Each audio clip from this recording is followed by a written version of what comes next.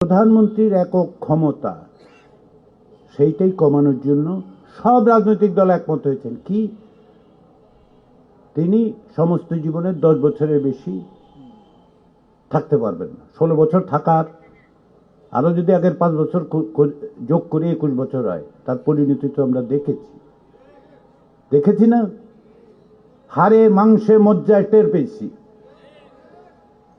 তাহলে ক্ষমতা আপনার কমাইতে হবে, ক্ষমতা ভাগ করতে হবে। কিছু কিছু প্রশ্নের মধ্যে একটা প্রশ্ন হচ্ছে পিআর পদ্ধতি জিনিসটা কি এবং আমরা উচ্চ কক্ষ দরকারটা কি।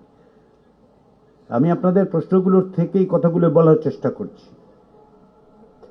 বাংলাদেশে কি হয়, বাংলাদেশে সংবিধান ইচ্ছামতো সংশোধন হয়, 17 বার হয়েছে। কিভাবে সংশোধন হয়েছে? যে আপনি সংসদে 2/3 থাকলেই আপনি মন মতো সংবিধান সংশোধন করে তত্ত্বাবধায়ক সরকার ব্যবস্থা বাতিল করে দিতে পারেন। তারপরে ইচ্ছামতো রাতের ভোট, দামি নির্বাচন কি করতে পারেন। এটা বন্ধ করবেন কিভাবে? জুলাই জাতীয় সনদ বলা হচ্ছে যে এর বাইরে একটা আলাদা হাউস তৈরি করা 100 জনের, এটাকে আমরা উচ্চ কক্ষ বলছি। 100 জনের থেকে কিভাবে 100 জন হবে? বলে যে আপনি যে ভোট দিলেন, ধরেন আপনি একটা দলকে ভোট দিচ্ছেন, তারা 5% ভোট পাইছে, তাদের দেখা গেল যে সারা দেশ জুড়ে 5%, কোথাওই তারা একটা সিটও পায় নাই। ফলে আপনি সংসদে আপনার কোনো প্রতিনিধিত্ব নাই, কিন্তু আপনার 5% ভোটের কোনো দাম নাই, থাকতে হবে। ওই জন্য আপনার ওই 5%-এর ভিত্তিতে ওই যে 100টা সিট, তার মধ্যে অন্তত পক্ষে 4-5টা লোক যাবে। এইটাই হচ্ছে সংখ্যানুপাত, এইটাই হচ্ছে পিআর সিস্টেম। আপনার ভোটের প্রত্যেকটা মানুষের ভোটের মূল্য যদি দিতে চান, তাহলে আমরা উচ্চ কক্ষে বলতেছি পিআর সিস্টেমটা করেন। করলে কি হবে? সকলের মত পথের একটা প্রতিনিধিত্ব হবে। দ্বিতীয় যেটা, সেটা হচ্ছে সংবিধান সংশোধন করতে হলে আপনি সংসদে 2/3 যথেষ্ট না, উচ্চ কক্ষে অন্তত পক্ষে 100 জনের মধ্যে 51 জন আপনার লাগবে। তো 51 জন লাগলে সুবিধাটা কি? সুবিধাটা হচ্ছে এই, বাংলাদেশে থেকে 50% ভোট পায় না কোনো দল। তাহলে আপনি যদি কোনো সংবিধান সংশোধন করতে চান, আপনার দলের বাইরে 4-5টা লোক, 7টা লোক, 6টা লোক লাগবে।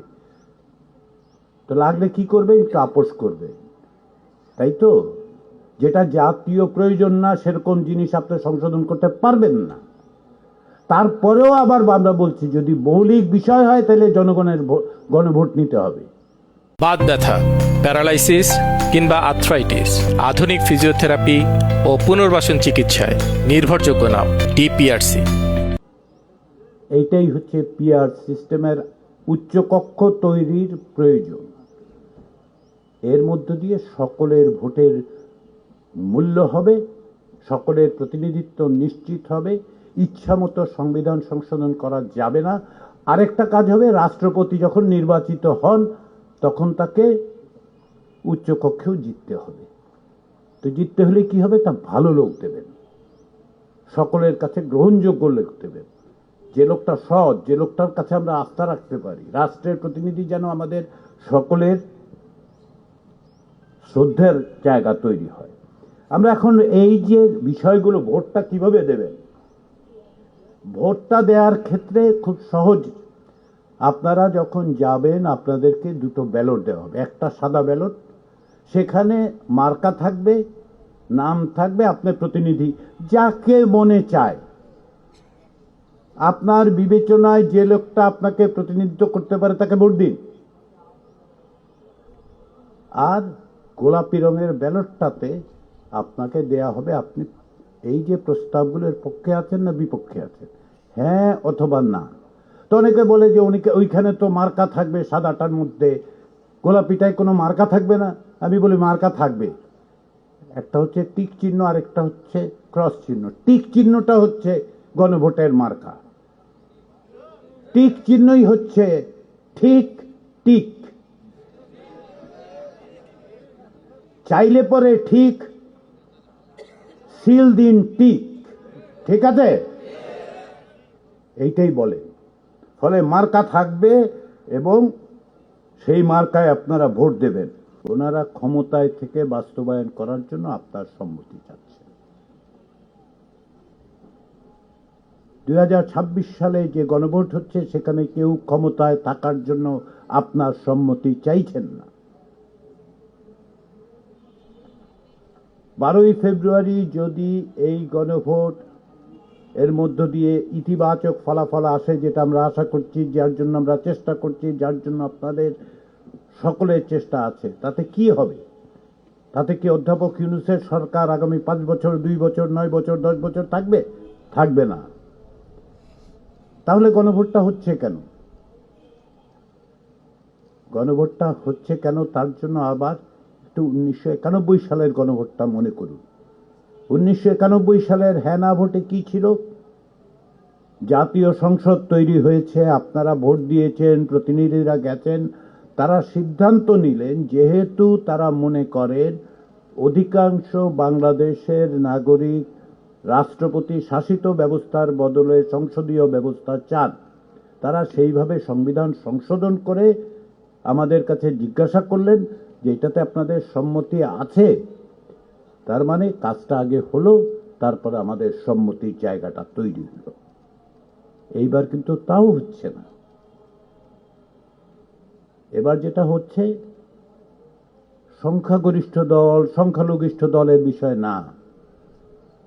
এবার প্রথমে আপনাদের কাছে আসা হচ্ছে, বাংলাদেশের নাগরিকদের কাছে আসা হচ্ছে যে আপনারা বলুন 54 বছরে আমাদের যে বিচার ব্যবস্থা তৈরি হয়েছে সেটাকে আমরা অব্যাহত রাখবো। যেই বিচার ব্যবস্থা বলে রাষ্ট্রপতি একটা দণ্ডিত অপরাধীকে ইচ্ছা মতো তিনি মাফ করে দিতে পারেন, সেটা আপনারা রাখতে চান না? চান না? সেটা বদল হতে চান না? চান না? এইটাই আপনার কাছে। কে করবে? সেটা আপনাদের প্রতিনিধিরা করবেন। সেই জায়গায় আপনারা যাকে ইচ্ছা প্রতিনিধি পাঠান। আপনার দল ভিন্ন হবে, মত ভিন্ন হবে, আপনার পাশে যিনি বসে আছেন তিনি এক দলে ভোট দেবেন, আপনি এক দলে ভোট দেবেন, আপনার বাড়ির লোক অন্য জায়গায় ভোট দেবে, দিন। সেটাই হচ্ছে গণতন্ত্র, সেটার জন্যই আমরা লড়াই করেছি 16 বছর। কিন্তু দেশটা চলবে কিভাবে, সেই জায়গাটাতেই আপনাদের কাছে আসা, আপনাদের মাধ্যমে সকলের কাছে আসা, বাংলাদেশের 13 কোটি ভোটারের কাছে আসা, যে দেশ ভবিষ্যতে কিভাবে চলবে, দেশ পরিচালনার দিক নির্দেশনাটা আপনাদের কাছ থেকে, বাংলাদেশের মানুষের কাছ থেকে আসা দরকার। এই জায়গায় আমরা আসলাম কিভাবে? আসলাম 2024 সালের গণ অভ্যুত্থানের পরে রাজনৈতিক দলগুলোর মধ্যে আলাপ আলোচনা করে একটা জুলাই জাতীয় সনদ 2025 তৈরি হলো। আমরা আমাদের আন্তরিক প্রচেষ্টা দিয়ে, এবং এখন যখন আমি বলি আমরা, তখন আমরা বলছি রাজনৈতিক দলগুলো, কমিশনগুলো, ব্যক্তিগতভাবে আমরা সকলে মিলে কি চেষ্টা করলাম যে সকলে ভবিষ্যৎ কিভাবে হবে এ বিষয়ে আমরা একমত হতে পারি কিনা। যতটা একমত হয়ে গেল, কিছু কিছু ভিন্ন মত সত্ত্বেও আমরা সকলে মিলে একটা জুলাই জাতীয় সনদ তৈরি করলাম, এবং রাজনৈতিক দলগুলো অঙ্গীকার করলেন যে এই সনদে বর্ণিত যে সমস্ত বিষয়ে ঐকমত্য হয়েছে সেগুলো তারা বাস্তবায়ন করবেন। এই জাতীয় সনদ সংবিধানে অন্তর্ভুক্ত হবে এবং সুস্পষ্টভাবে জনগণের ম্যান্ডেট নিয়ে সেটা করা হবে। জুলাই জাতীয় সনদের কিছু বিষয়ে ভিন্ন মত থাকলেও গণভোট অনুষ্ঠানের ব্যাপারে রাজনৈতিক দলগুলোর মধ্যে কোনো রকম ভিন্ন মত ছিল না। সকলেই বলেছেন যে আসুন আমরা সকলে মিলে জনগণের কাছে যাই, তাদের কাছে জিজ্ঞাসা করি, আমরা বলতে পারি তোমাদের জন্য, আপনাদের জন্য আমরা একটা ভালো ভবিষ্যৎ রেখে গেলাম। আমি আমার ভূমিকাটা পালন করলাম, তুমি এটা রক্ষা করো, হেফাজত করার দায়িত্ব তোমার, কিন্তু আমি তৈরি করে দিয়ে যেতে চাই তোমার জন্য। আসেন আমরা সবাই মিলে সেই চেষ্টাটা করি। আমরা বলেছি যে চাবি আপনার হাতে, চাবি দিয়ে দরজা খুলুন, সামনে ভবিষ্যৎ যে বাংলাদেশের, সেই বাংলাদেশের দরজাটা খোলার চাবি আপনার হাতে। দরজাটা খুলবেন কি খুলবেন না সেটা সবাইকে বলুন, সবাইকে উৎসাহিত করুন, অনুপ্রাণিত করুন। দুটো কথা সবাইকে বলেন, সাদা ব্যালটে মন ধরে যাকে ঠিক মনে হয় ভোট দিন, গোলাপি ভোটে টিক চিহ্নতে ভোট দিন, কারণ ওইটা হচ্ছে ভবিষ্যৎ বাংলাদেশের। সেই ভবিষ্যৎটা তৈরি করার দায়িত্ব আসুন আমরা সবাই মিলে পালন করি। আশা করি আমরা সবাই মিলে সফল হব, কারণ আমরা চাইলে পারি। ফ্যাসিবাদকে হটানো গেছে, আমরা একটা নতুন ভালো বাংলাদেশের পথ তৈরি করতে পারবো। সবাই ঐক্যবদ্ধ থাকলে পারবো, অবশ্যই পারবো।